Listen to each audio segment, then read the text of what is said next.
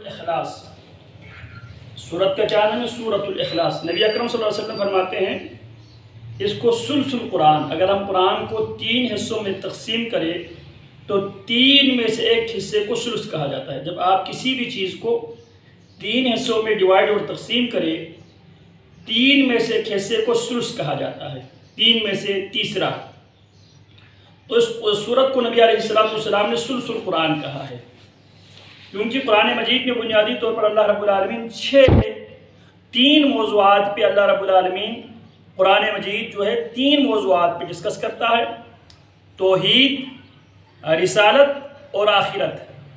اگر اس حساب سے دیکھا جائے تو اس صورت میں خالص توحید بیان ہوا ہے، اور یہ صورت نازل ہوئی ہے جب مشرکین مکہ نے نبی اکرم صلی اللہ علیہ وسلم سے مطالبہ کیا کہ آپ ہمیں اپنے رب کا نسب بیان کریں۔ نسب کیا ہوتا ہے؟ شجرہ نسب جس طرح ہم کہتے ہیں آپ کا نام ارسلان ہے، آپ کے والد کا نام رضوان ہے، دادا کا کیا نام ہے؟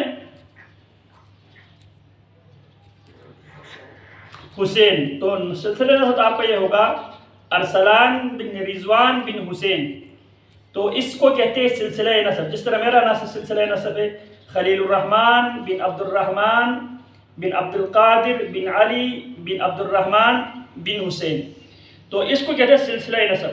تو مشرکین مکہ نے نبی اکرم صلی اللہ علیہ وسلم سے مطالبہ کیا آپ اپنے رب کا سلسلہ نسب، شجر نسب بیان کریں۔ تو قرآن مجید کی یہ صورت نازل ہوئی، میرے پیغمبر قل کہہ دے هو اللہ، ہوا وہ اللہ، اللہ ہے، احد ایک، هو اللہ احد، کہہ دے وہ اللہ ایک ہے۔ ایک ہے احد، ایک ہے واحد۔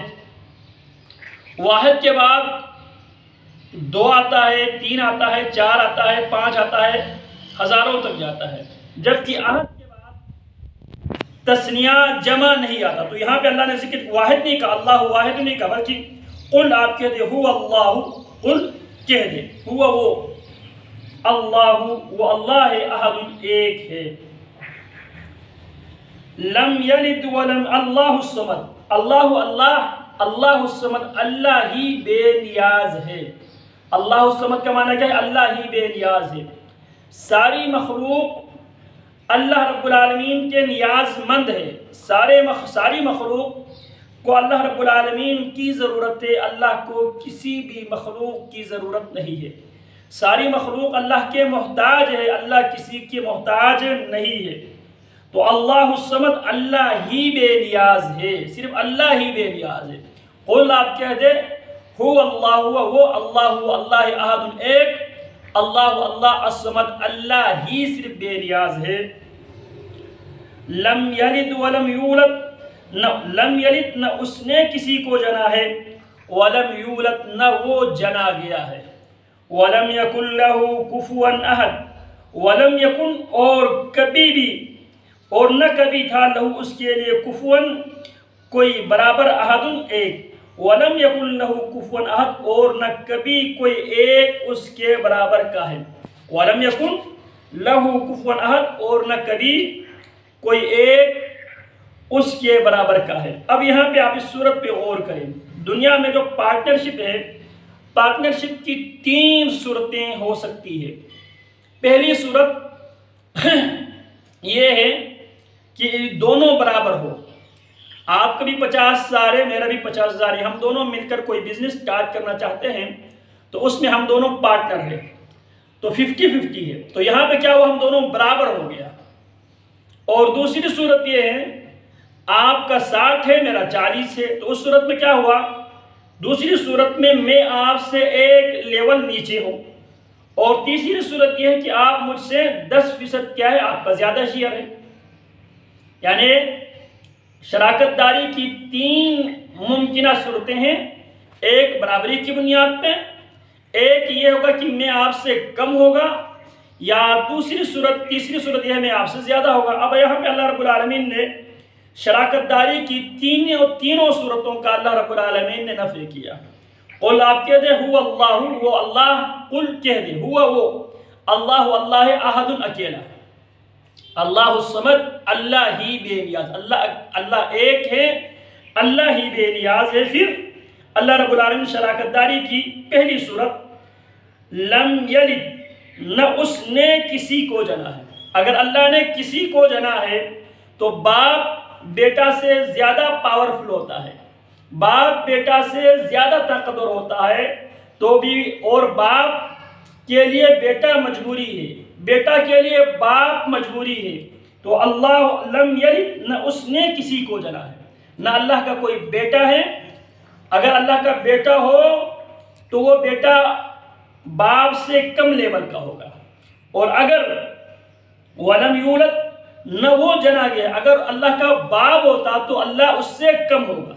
یعنی ایک صورت کیا ہے کہ وہ کوئی اللہ سے کم ہو، یعنی پارٹنر ہو لیکن اللہ سے کم لیول، یعنی اس کا شیئر کم ہو۔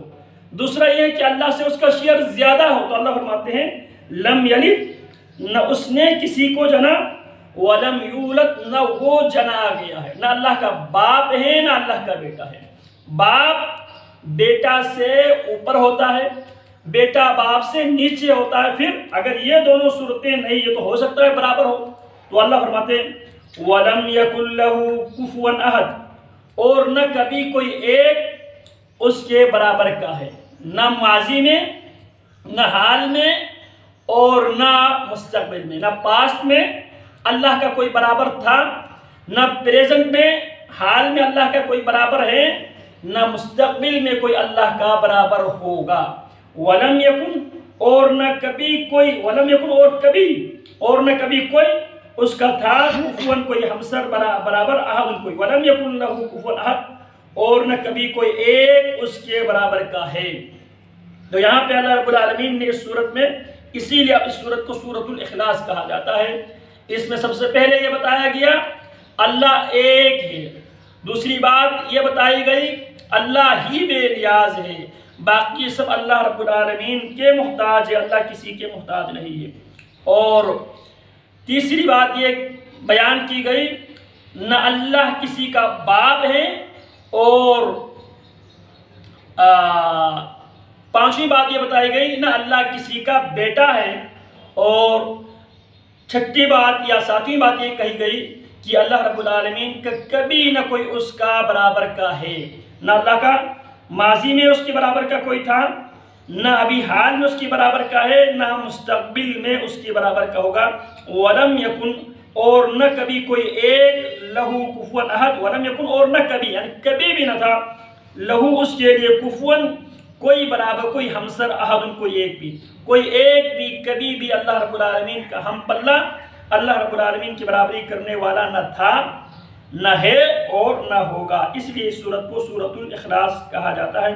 سبحانک اللہم و بحمدک، اشہد ان لا الہ الا انت، استغفرک و اتوب الیک۔ اچھا دوسری صورت چلو بنی، دوسری صورت